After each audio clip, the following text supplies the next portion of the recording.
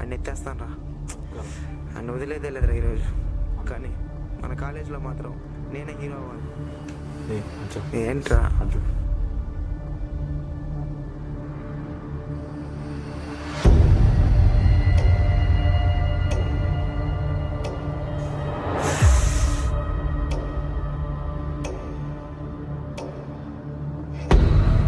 ఎంత?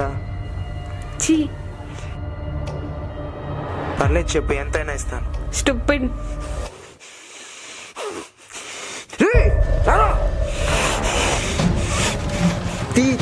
బండి బండి